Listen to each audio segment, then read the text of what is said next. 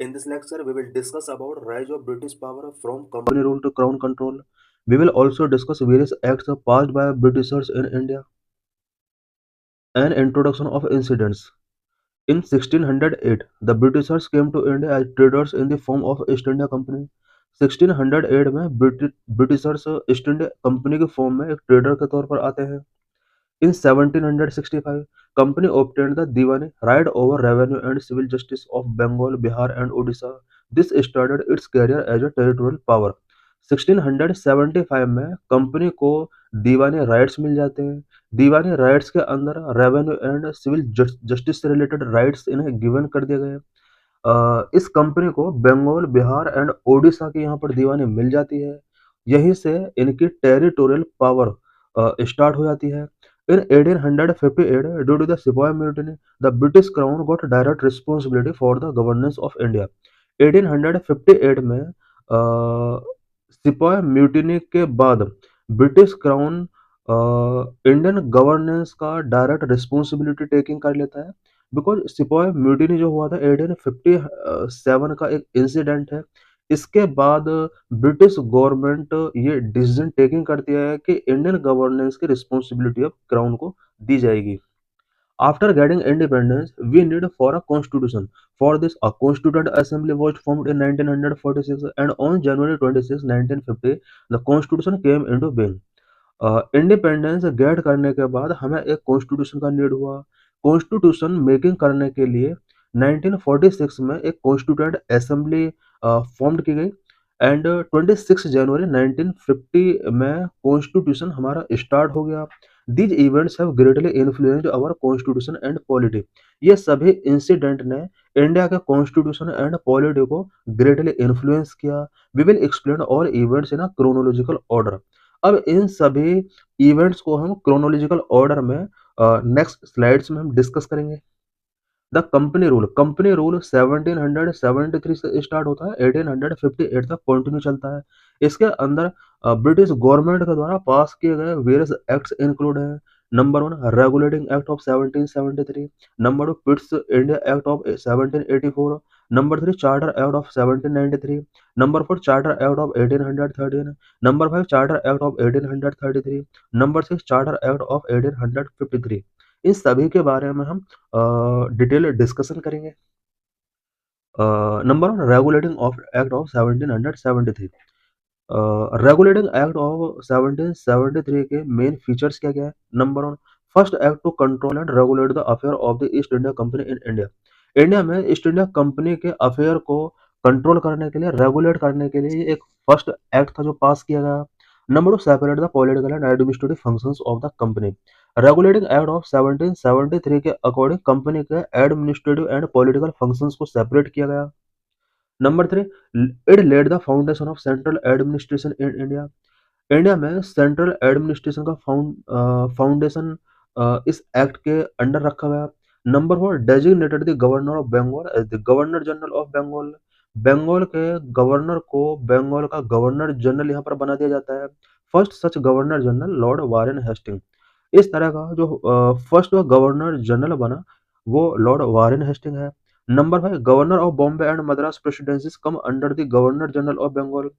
Madras and Bombay presidencies के governor अब बंगाल के गवर्नर जनरल के अंडर यहाँ पर वर्क करेंगे, ऐसा प्रोविजन किया गया. Number 6 establishment of a supreme court at Calcutta comprising 1 chief justice and 3 other जजेस. रेगुलेटिंग एक्ट ऑफ 1773 के अकॉर्डिंग कैलकाटा में 1774 में एक सुप्रीम कोर्ट एस्टेब्लिश की जाती है जिसके अंदर 1 चीफ जस्टिस एंड 3 अदर जजेस इंक्लूड होते हैं.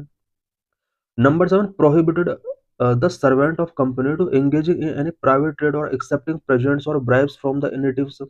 रेगुलेटिंग एक्ट ऑफ 1773 ने कंपनी के सर्वेंट को किसी प्राइवेट ट्रेड में एंगेज होने के लिए प्रोहिबिट कर दिया. साथ ही वो किसी भी टाइप का प्रेजेंट्स और ब्राइब्स एक्सेप्ट नहीं करेंगे, ऐसा प्रोविजन किया गया.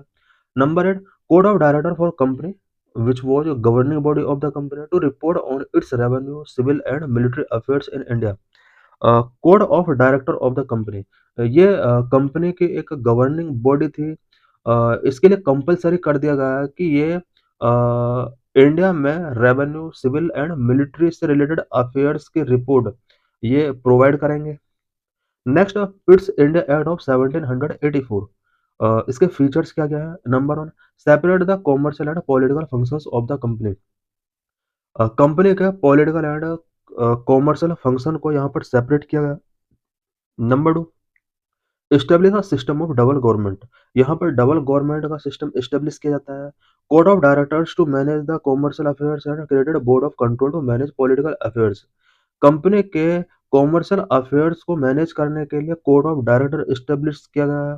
एंड कंपनी का पॉलिटिकल अफेयर्स को मैनेज करने के लिए बोर्ड ऑफ कंट्रोल यहाँ पर एस्टेब्लिश किया गया है। Number three, Board of Control empowered to supervise and direct all operations of the civil and military government or revenue of the British possessions in India. Board of control को civil and military operations को direct करने का and supervise करने का यहाँ पर responsibility दिया गया। साथ ही ब्रिटिश पोजेशंस इन इंडिया जो भी थे उनका रेवेन्यू से रिलेटेड सारा जो मैनेजमेंट था वो इसी को करना होता था। Number four, company territories in India were for the first time called the British possessions in India. पहली बार कंपनी के टेरिटरी जो भी थे इंडिया के अंदर उन्हें ब्रिटिश पोजेशन के नाम से यहाँ पर जाना गया। Charter act of 1793। Charter act of 1793 का क्या क्या प्रोविजंस है? Number one, extended the trade monopoly of company in India for another period of 20 years. India में कंपनी की मोनोपोली अनदर 20 ईयर्स के लिए एक्सटेंड कर दी गई चार्टर एक्ट ऑफ 1793 के according. Number two, provision for member of the board of control and their staff were to be paid out of the Indian revenue. Charter act of 1793 के अंदर ये भी प्रोविजन किया गया कि बोर्ड ऑफ कंट्रोल के जितने भी मेंबर हैं उन्हें इंडियन रेवेन्यू से ही पेमेंट किए जाएंगे। Charter act of 1813 abolish the trade monopoly of the company in India. Monopoly continued of the company over trade in tea and trade with China. Charter act of 1830 के according company की India में monopoly को abolish कर दिया गया। Company का अभी भी टी सेक्टर में मोनोपोली कंटिन्यू रही और चाइना के साथ इसकी ट्रेड जो है कंटिन्यू यहाँ पर चलते रहे। Indian trade open to all British merchant. Indian trade अब ऑल ब्रिटिश मर्चेंट के लिए ओपन कर दिया गया। Number two, allowed the Christian missionaries to come to India for enlightening the people. People को एनलाइट करने के लिए क्रिश्चियन मिशनरीज को इंडिया में आने के लिए यहाँ पर अलाउड किया गया। Number three, spread of western education among the British territories in India. India में ब्रिटिश टेरिटरीज में वेस्टर्न एजुकेशन को स्प्रेड करने के लिए यहाँ पर प्रोविजन किए गए हैं। Number four, it asserted the sovereignty of British crown over the company's territories in India. India में कंपनी के टेरिटरी पर ब्रिटिश क्राउन की सोवरेनिटी को यहाँ पर असर्ट किया गया। Number five, authorise the local government in India to impose tax on persons. Local government को पहली बार टैक्स इम्पोज करने के लिए ऑथोराइज किया गया। They could also punish the persons for not paying taxes. Persons जो टैक्स पे नहीं कर पा रहे हैं इन्हें पनिश करने की पावर लोकल अथॉरिटीज को यहाँ पर गिवन की जाती है। Next, charter act of 1833। What are various provisions of Charter Act of 1833? Number one, Governor General of Bengal become the Governor General of India with all civil and military powers. Bengal का governor general India का governor general बन जाता है और इसे civil and military power given की गई। First governor general of India William Bentinck. Number two, governor of Bombay and Madras lost their legislative power. Bombay and Madras के गवर्नर का यहाँ पर लेजिस्लेटिव पावर लॉस्ट हो जाता है। Number three, the law made under the previous act were called regulations while law made under this act were called acts. Previous act के अंदर जो भी लॉ मेकिंग किए गए उन्हें अब रेगुलेशन के नाम से जाना गया। एंड इस लॉ के अकॉर्डिंग जो भी इस एक्ट के अकॉर्डिंग जो भी लॉ बनाए जाएंगे उसको एक्ट के नाम से जाना गया। Number four, ended commercial activities of east India company now became a purely administrative body. Charter act of 1833 के अकॉर्डिंग ईस्ट इंडिया कंपनी अब प्योरली एडमिनिस्ट्रेटिव बॉडी बन चुकी है और कॉमर्शियल एक्टिविटीज यहाँ पर एंड कर दी गई इसका। Next, charter act of 1853। What are various provisions in Charter Act of 1853? Number one, established a separate Governor General's Liability Council, which known as Indian Liability Council. Uh, separate governor generals liability council यहाँ पर establish की जाती है, जिसे Indian liability council के नाम से जाना गया। It functioned as a mini parliament adopting the same procedure as the British parliament. Indian liability council को मिनी पार्लियामेंट के तरह ही एक फंक्शन परफॉर्म करना पड़ रहा था और ब्रिटिश पार्लियामेंट की तरह ये सारा प्रोसीजर फॉलो कर रही थी। Number two, separated liability and executive functions of the governors general council.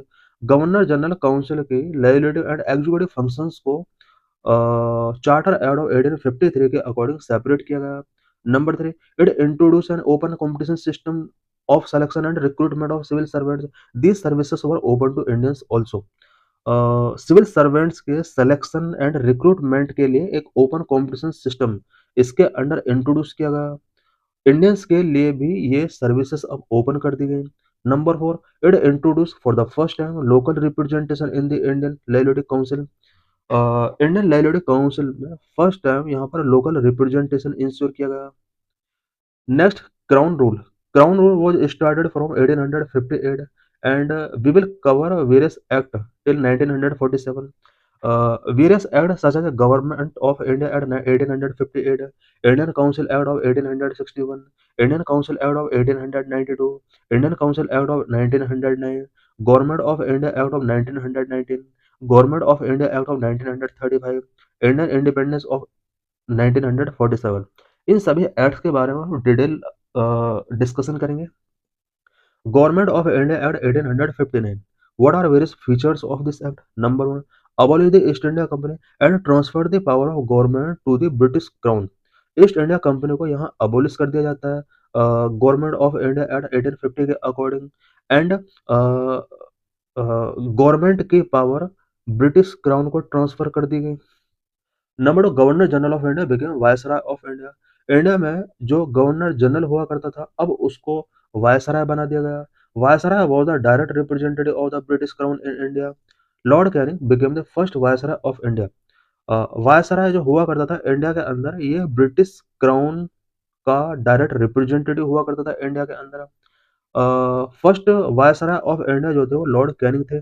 Number three, this had ended the system of double government by abolishing the board of control and code of director. Government of India act 1858 ने double government system को and कर दिया और यहाँ पर board of control and code of director का abolition कर दिया गया। Number four, secretary of state for India. New office was created which control Indian administration. India के लिए एक न्यू ऑफिस ब्रिटेन में क्रिएट कर दिया गया, सेक्रेटरी स्टेट फॉर इंडिया, जो कि इंडियन एडमिनिस्ट्रेशन को कंट्रोल करने के लिए रिस्पॉन्सिबल था। It was a member of British cabinet and was responsible to the British parliament. Secretary of state for India जो था, ये जो पर्सन था ये ब्रिटिश पार्लियामेंट का एक मेंबर हुआ करता था जो कि ब्रिटिश पार्लियामेंट के लिए रिस्पॉन्सिबल था। Next, Indian council act of 1861। What are features of this act? Number one, this started associating Indians with the lawmaking process.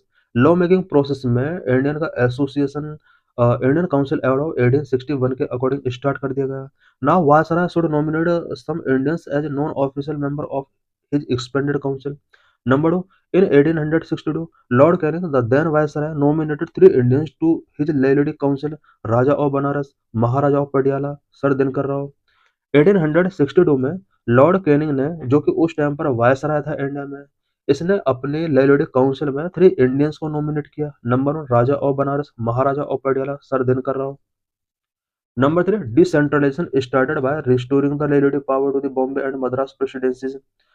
Bombay and Madras presidencies की जो भी लाइबिलिटी पावर थी उन्हें अब अगेन रीस्टोर किया गया। इट मीन्स यहाँ पर डिसेंट्रलाइजेशन को अगेन स्टार्ट कर दिया गया। Number one, new liability councils for Bengal, North Western provinces and Punjab were established. Bengal, north western province and Punjab के लिए न्यू लाइबिलिटी काउंसिल्स यहाँ पर एस्टेब्लिश की गई। Number five, it gave a recognition to the portfolio system introduced by the Lord Canning in 1859। 1859 में Lord Canning के द्वारा जो भी पोर्टफोलियो सिस्टम इंट्रोड्यूस किया गया था गवर्नमेंट इंडियन काउंसिल एक्ट 1861 ने उसको रिकॉग्निशन गिवन किया। In this system, a member of the Viceroy Council was made in charge of one or more department of the government and was authorized to issue final orders on behalf of the council on matters of the met, council on matters। Portfolio system में viceroy के council का एक member को one और मोर department से related charge given किए जा सकते हैं। Number 6, Viceroy can issue ordinance without the consultation of the Legislative Council in any emergency. The life of such an ordinance was 6 months। Viceroy को पावर गिवन की गई थी कि वो ऑर्डिनेंस इशू कर सकता है और इसके लिए उसे लेजिस्लेटिव काउंसिल के साथ कंसल्ट करने की कोई नीड नहीं है। इट मीन्स यहाँ पर किसी इमरजेंसी केस में वायसराय ऑर्डिनेंस इशू कर सकता है और इसका जो लाइफ रहेगा इस ऑर्डिनेंस का वो 6 मंथ तक रहेगा। Next, Indian council act of 1892। What is the main feature of this act? Number one, Legislative Council is given the power of discussing the budget and addressing questions to the executive। Indian council act of 1892 के according legislative council को अब budget से related discussions करने की power given की गई and यहाँ पर कुछ क्वेश्चंस रेज करने की यहाँ पर पावर दी गई। Next, Indian council act of 1909। What are various features of Indian council act of 1909? Number one, introduce a system of communal representation for Muslim. Indian council act of 1909 के according Muslims के लिए यहाँ पर separate representation की demand की गई।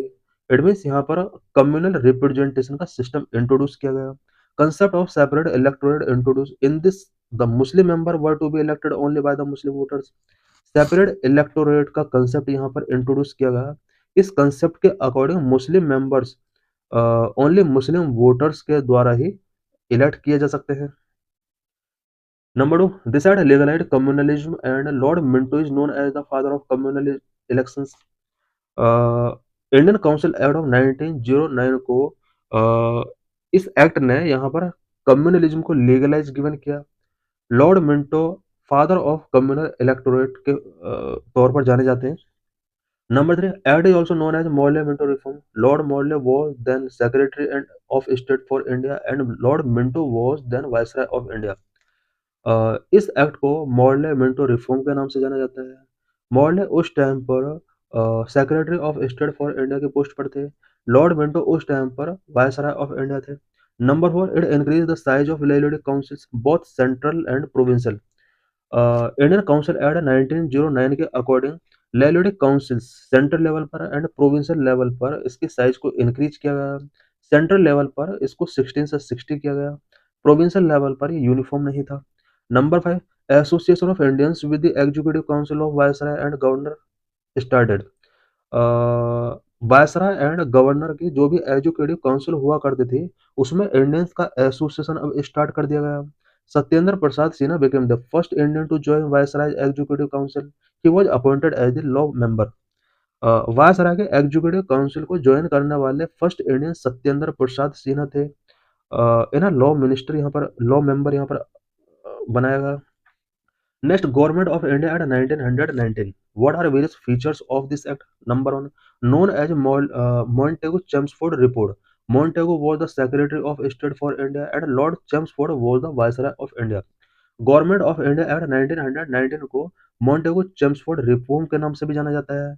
मॉन्टेगो उस time पर secretary of state for India के पोस्ट पर थे एंड लॉर्ड चेम्सफोर्ड जो थे वो इंडिया के वायसराय थे।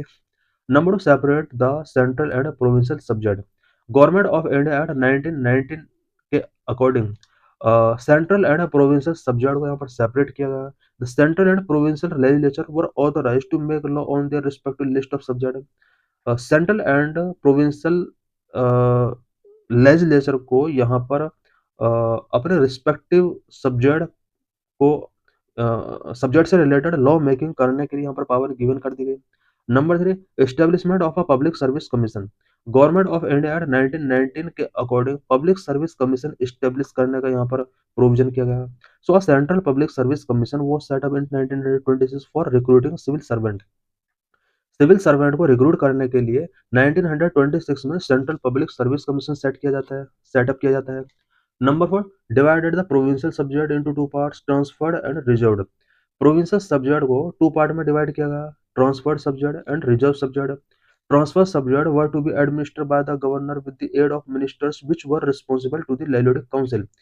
ट्रांसफर सब्जेक्ट जो थे ये गवर्नर के द्वारा मिनिस्टर्स की एड के हिसाब से एडमिनिस्टर किए जाते थे। Reserve subject were to be administered by the governor. Reserve subject जो थे वो गवर्नर के द्वारा एडमिनिस्टर किए जाते थे। रिजर्व सब्जेक्ट पर मिनिस्टर्स की यहाँ पर रिकमेंडेशन की कोई नीड नहीं थी। This dual scheme of governance were known as diarchy. Governance का जो ये ड्यूअल स्कीम है इसको हम डीआरके के नाम से जानते हैं। Number 5, it granted franchise to a limited number of people on the basis of property, tax और education. Limited number of people को यहाँ पर फ्रेंचाइज ग्रांट किया गया, स्पेशली यहाँ पर प्रॉपर्टी, टैक्स और एजुकेशन के बेस पर ये फ्रेंचाइज गिवन किया गया। Number 6, it extended the principle of communal representation by providing separate electorate for Sikh, Indian Christian, Anglo Indian and European.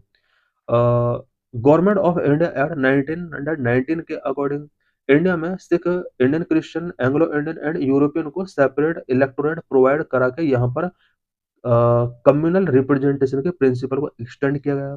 Number 7, it separated provincial budget from the central budget and authorise the provincial legislature to inherit their budget.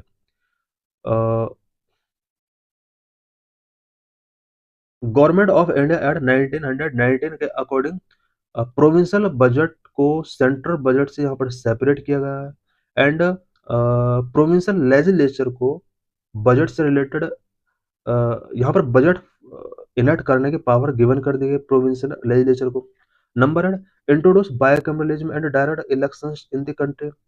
Government of India act 1919 के according India में bicameralism introduce किया गया and country में direct elections का provision किया गया। Indian legislative council was replaced by bicameral legislature consisting of an upper house and lower house. Indian legislative council को यहाँ पर बायकम्युनलिज्म लेजिस्लेचर के साथ रिप्लेस किया गया, जिसके अंदर एक अपर हाउस एंड एक लोअर हाउस था। The majority of members of both the house were chosen bye direct election.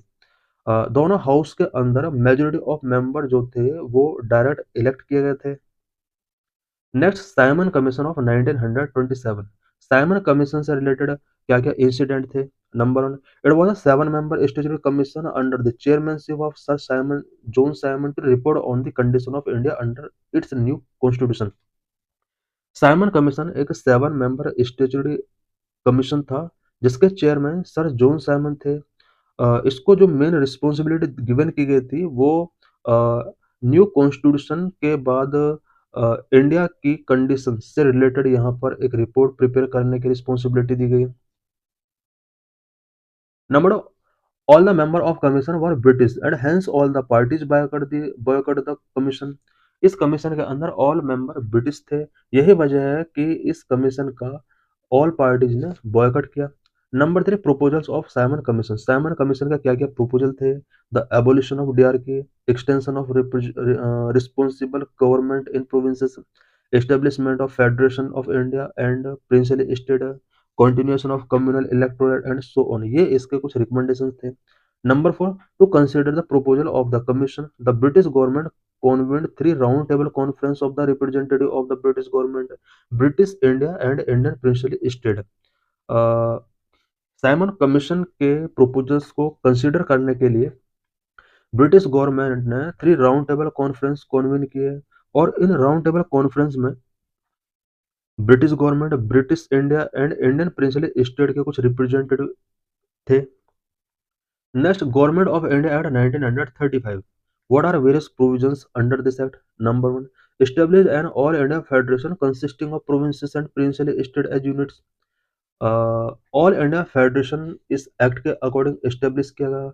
All India federation के अंदर all provinces and princely state को एक यूनिट के तौर पर कंसिस्ट किया गया। Number 2, adoption of DRK at centre. Central level पर यहाँ डीआरके का एडॉप्शन किया गया। Federal subject were divided into reserve subject and transferred subject but it did not come into operation. यहाँ फेडरल सब्जेक्ट को reserve subject and transferred subject में divide कर दिया गया बट ये प्रोसेस कभी फॉलो नहीं किया गया। Number 3, the act divided the power between the centre and provinces in 3 list. Government of India act 1935 ने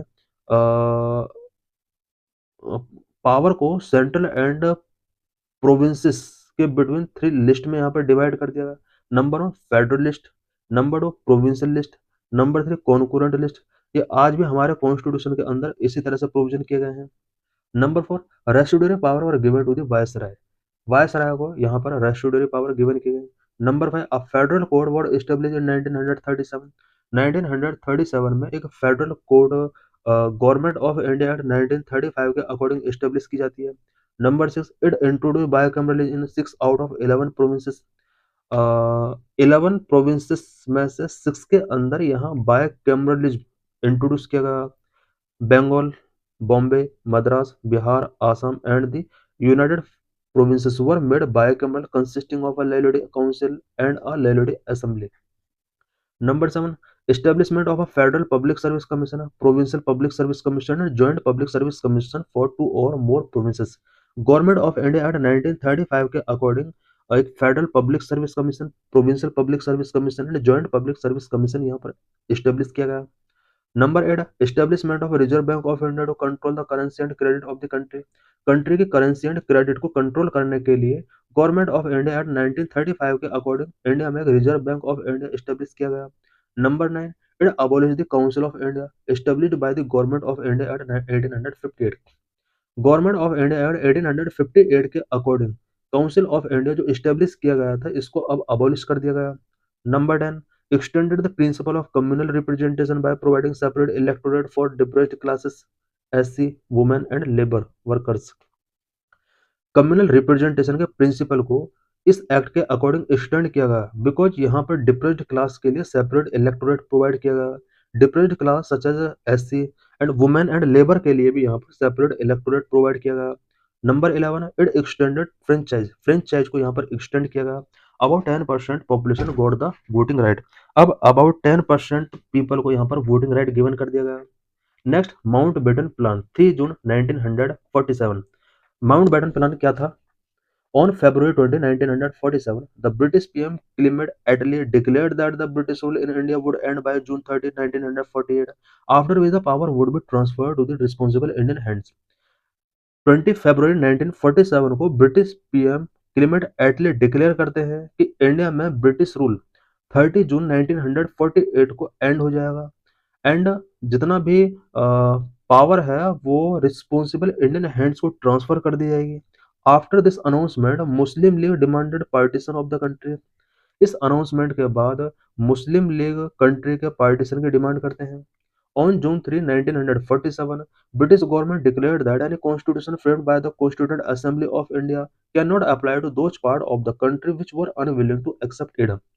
3 जून 1947 को ब्रिटिश गवर्नमेंट क्लियर करती है कि कॉन्स्टिट्यूएंट असेंबली के द्वारा जो भी कॉन्स्टिट्यूशन फ्रेम किया जाएगा वो उन एरियाज में अप्लाई नहीं होगा जिन एरियाज के किंग इसको एक्सेप्ट नहीं करना चाहते हैं। On the same day, it means 3 जून 1947 को एक इंसिडेंट और होता है। Lord Mountbatten the viceroy of India put for the partition plan known as the Mountbatten plan. 3 जून 1947 को लॉर्ड माउंटबेटन यहाँ पर एक पार्टीशन प्लान रखते हैं। The plan was accepted by the Congress and the Muslim league. इस प्लान को Congress and Muslim league दोनों के द्वारा एक्सेप्ट किया जाता है। After this Indian independence act was passed. इसके बाद यानी इस प्लान के बाद इंडियन इंडिपेंडेंस एक्ट पास किया जाता है। Indian independence act of 1947। What are various features of this act? Number 1, this act ended the British rule in India and declared India as an independent and sovereign state from August 15, 1947।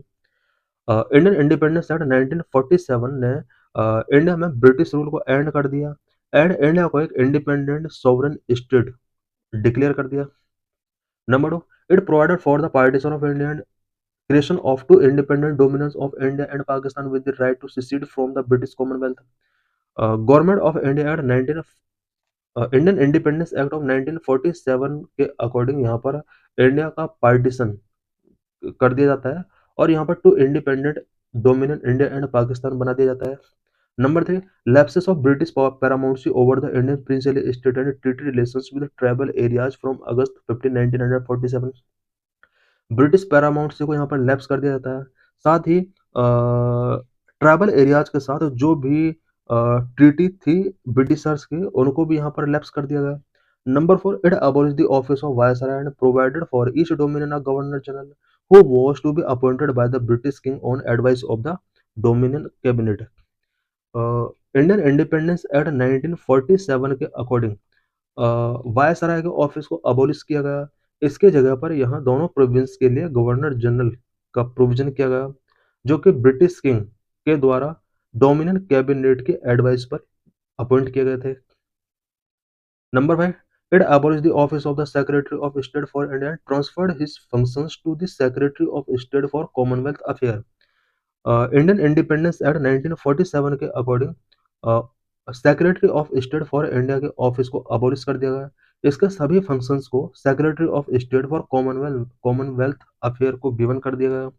Number 6, it dropped the title of emperor of India from the royal titles of the king of England. इस act के according emperor of India का जो title यहाँ पर king of England को given किया गया था, उसको भी यहाँ पर ड्रॉप कर दिया गया। Number 7, it empowered the constituent assemblies of two dominions to frame and adopt any constitution for their nations and to repeal any act of the British Parliament, including the Independence Act itself। Indian independence act 1947 के according India और पाकिस्तान दोनों को अपने constituent assemblies form करने की यहाँ पर power given कर दी गई। Number 8, it empowered the constituent assemblies of both the dominions to legislate for their respective territories till the new constitution were drafted and enforced। इस एक्ट ने दोनों कंट्री की कॉन्स्टिट्यूएंट असेंबली को लेजिस्लेट करने का पावर गिवन किया। जब तक कॉन्स्टिट्यूशन फुल्ली तरीके से ड्राफ्ट नहीं हो जाता है, तब तक कॉन्स्टिट्यूएंट असेंबली टेम्परेरी तौर पर कुछ लॉ मेकिंग कर सकती है। No act of the British parliament passed after August 15, 1947 apply on both new dominions. 15 अगस्त 1947 के बाद ब्रिटिश पार्लियामेंट के द्वारा जो भी एक्ट पास किया जाएगा, वो न्यू डोमिनियंस पर अप्लाई नहीं होगा, ऐसा प्रोविजन किया गया। Number 9, it designated the Governor General of India and the provincial governors as constitutional heads of the state। They were made to act on the advice of the respective council of ministers in all matter। इस act के according governor general of India and provincial governors को constitutional head के तौर पर designate किया गया। Number 10, it discontinued the appointment of civil services and reservation of post by secretary of state for India. The member of the civil services appointed before August 15, 1947 would continue to enjoy all benefits that they were entitled to till that time। Secretary of state के द्वारा civil services के through जितने भी appointment किए गए and post के लिए जितने भी रिजर्वेशन गिवन किए गए, उन सभी को डिसकंटिन्यू कर दिया गया। Number 11, it granted freedom to the Indian princely state either to join the dominion of India और डोमिनियन ऑफ पाकिस्तान और to remain independent. Indian independence act of 1947 के अकॉर्डिंग इंडियन प्रिंसली स्टेट को यहाँ पर फ्रीडम गिवन की गई कि वो इंडिया भी ज्वाइन कर सकते हैं, पाकिस्तान ज्वाइन कर सकते हैं, या फिर वो इंडिपेंडेंट भी रह सकते हैं। We got freedom at the midnight of 15 अगस्त 1947। The British rule and power were transferred to the two independent dominions of India and Pakistan।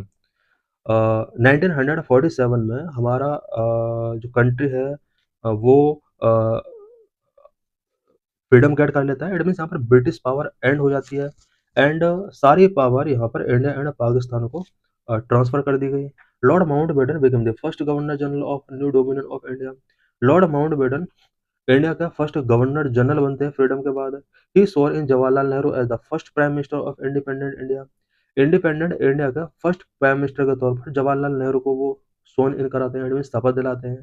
The constituent assembly of India formed in 1946 became the parliament of the Indian dominion. 1946 में India के अंदर constituent assembly form की जाती है, यही parliament बन जाती है इंडियन डोमिनियन के लिए कुछ टाइम के लिए, और इसके बाद हमारे इंडिया अपने अकॉर्डिंग सारी एक्टिविटीज स्टार्ट करता है।